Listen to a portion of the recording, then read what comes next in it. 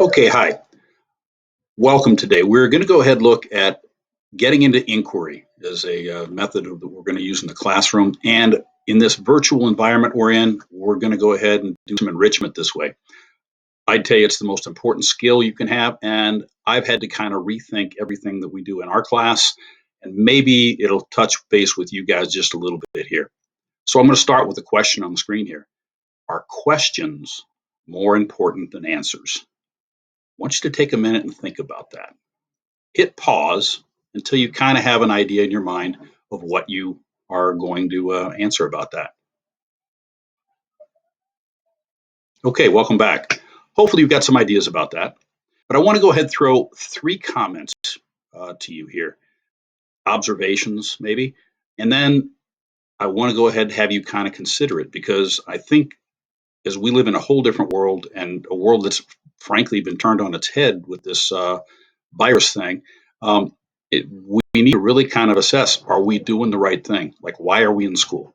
So I want to give you guys the tools that can make you rich, make you successful, and help you as much as possible down the line. And we need to do a little bit more in that area. So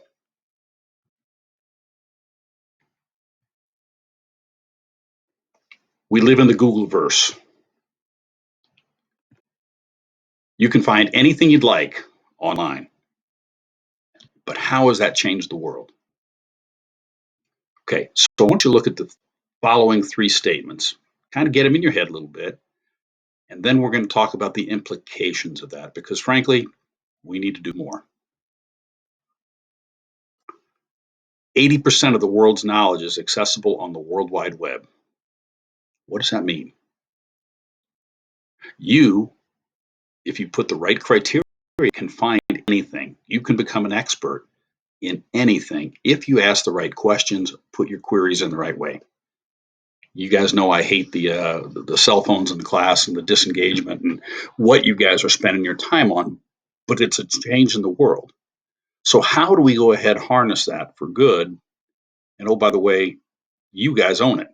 That's my challenge as a teacher, and I'm hoping we're going to go ahead and make some progress with that in the process. Next statement. The rate of accumulating knowledge is increasing and total knowledge doubles every year. Hey, there's a great article about that. In fact, I'm going to attach that to the Google Classroom as well. Read it when you get a chance. There are some that say that is going to double every 12 hours. That's the way the curve is going right now. How can I pack that into your head, into my own head, anybody's head? My head's about to explode just thinking about that. Now, our education system was designed for a different world, and the academies are good stuff. It's definitely going to help you. We want to develop critical thinking, but here's the question. How much time is spent on questions versus finding information? Take those three statements, and I want you to consider something.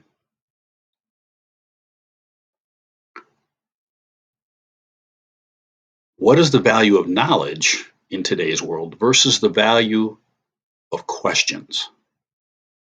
Which one is more valuable?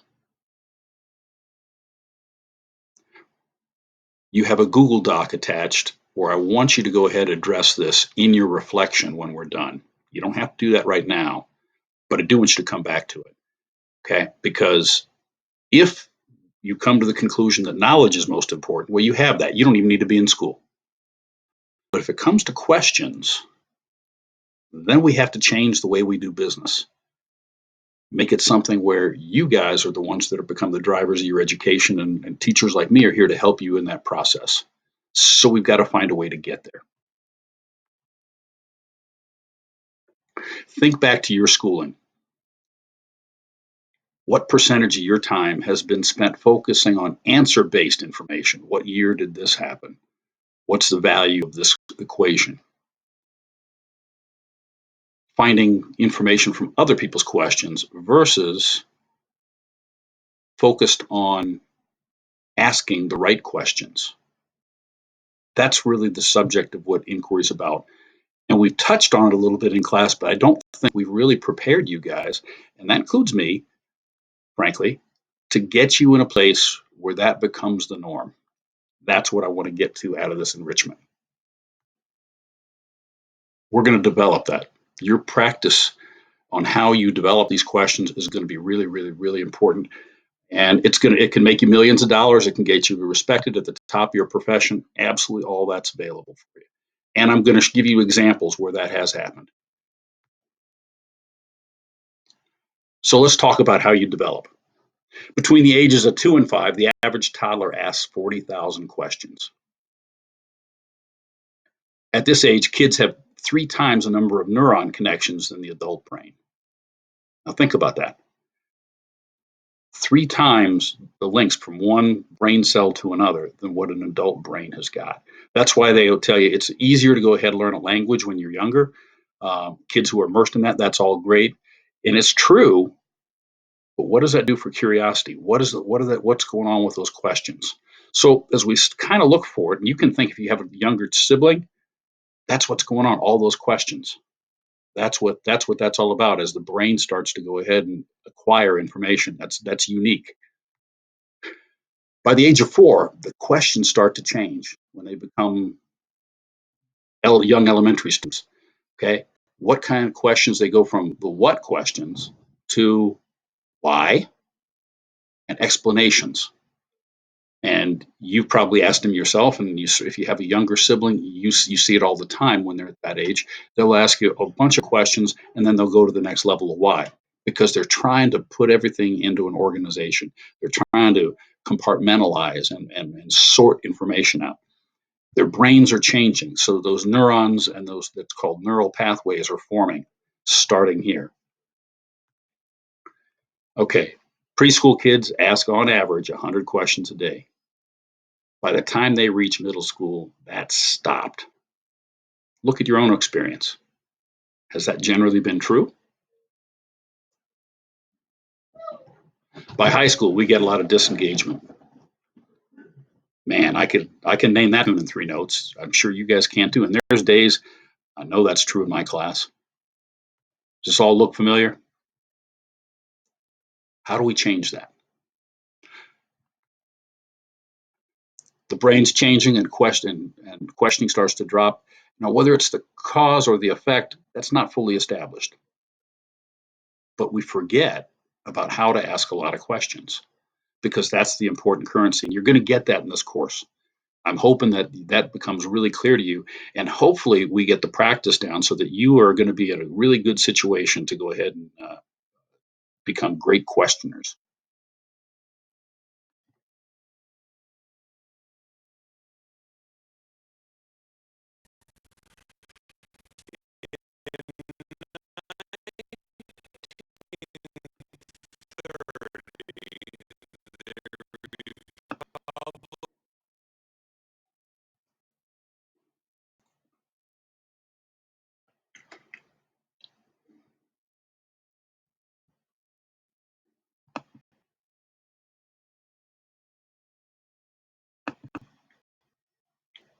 And this problem is not much different from what your parents grew up with. This is from a clip from Ferris Bueller's Day Off.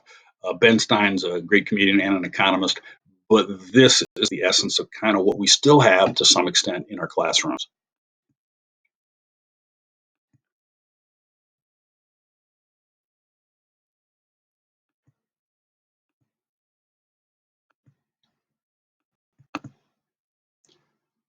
Okay, so in order to do this, my goal is here to help you develop your inquiry skills and give you all the information you need. There's some steps and there's a process we have to learn. And along the way, I'm going to show you some examples of what great inquiring questioners have been able to do. So when I say this is a lifetime skill, it truly is.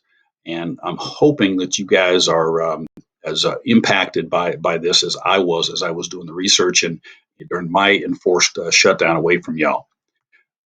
Okay, 3 types of questions. You're going to need to be able to ask do real inquiry. Okay, and we're going to go into each one of these. The why questions, the what if questions, and then the how questions. All of them require creativity. It starts with divergent thinking and thinking outside the box. You don't have to be an expert. In fact, your expertise is a disadvantage during this phase. Okay, it can be totally creative. That's what we're trying to get to here. And then the what ifs. So we start from one, we move to another, and that's going to be our process.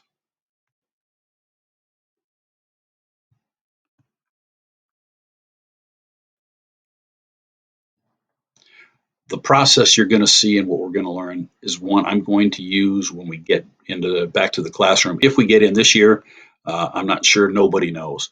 I'm going to try to do this online as well. So I'm hoping this is something that, with your help, because you guys are tech experts better than I am, okay, we're going to be able to find a way to make this work and make it something where we all are learning something here. Okay, this is called the QFT, or question formulation technique, and it's got some steps.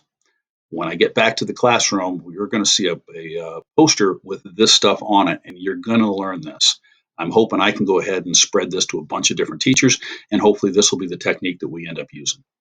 Okay, so you guys can read, but I'm going to go through it. You produce your own questions. We're going to practice that coming up here during this next lesson, not this one. All right, and there's some rules you're going to have to follow. Okay, what are those rules? I thought you'd never ask. Ask as many questions as you can. You don't stop to discuss them. You don't judge or answer them. That's not what that's about. Record them exactly as they were stated. This is going to require us to get into groups, and I think we can do it through Google Hangouts. I'm still playing with that a little bit. We're going to do one all together first, okay? Then we'll make it work. Then you number them. Then you're going to change any statements that come out because you want to record that too, and you're going to turn that into a question. We've got to train our brains to refresh that memory. It's a skill that atrophies as we get a little bit older. We've got to go ahead and bring that back. All questions are good questions. Some are going to be great questions, but you got to go through all the questions to get there. Okay, so next step then, step 3 is you're going to improve the questions. Okay, to do that, you're going to look at closed and open-ended questions. Okay, nothing wrong with it, but you're going to take a closed-ended question and turn it into an open-ended question. And then you're going to go ahead, flip the script, and take an open-ended question and make it a closed-ended question. So we're going to flip those things around because it's going to help us organize in our mind how we pick up information. Next phase is stage 4, strategize. You're going to prioritize that, and that's going to take group work. Everybody has ownership of their questions, but man, your mind might start running with somebody else's question here. You're going to think which ones are the most important that are get to the deepest level of understanding. Now, inquiry is great and questions are fantastic. But if you don't have an action plan or next steps, it's just philosophy and it ends there and it dies there. We can't do that. So we're going to have to agree on the action plan. You're going to see that in a video I'm going to show you here shortly, and then you have to share it out. Finally, the learning takes place in a reflection. You have a deeper understanding from that. It's remembered. It's something that you're going to understand when we get done. What might this look like in a classroom? As you watch, notice the role of the teacher, the individual students, and the dynamics of the groups. Now, these are classrooms where this has been going on for a while with this model. We don't get there automatically. You got to crawl before you walk, and you walk before you run. So we're going to go ahead and look at doing that, and we'll add that in very soon.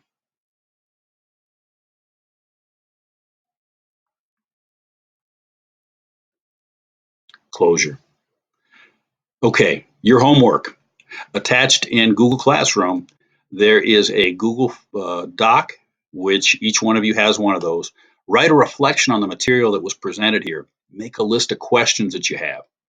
They can be open-ended or closed questions. That doesn't matter. Do this on the attached assignment sheet. Make sure you address back in there which one you think is more important in terms of the value of questions or answers um, that I had at the beginning of the presentation. What I want you to do is kind of go look through that, and then any questions that you have about this type of learning, this type of a classroom, please put them down because we're all going to learn through this together. and we're going to use those questions. It'll be anonymous, but we're going to use those questions in in another lesson. So I hope you've enjoyed this quick introduction to inquiry, and I'm looking forward to having you guys together again, um, and we'll go from there. Thanks. Have a great day. Stay safe, and we'll be in touch.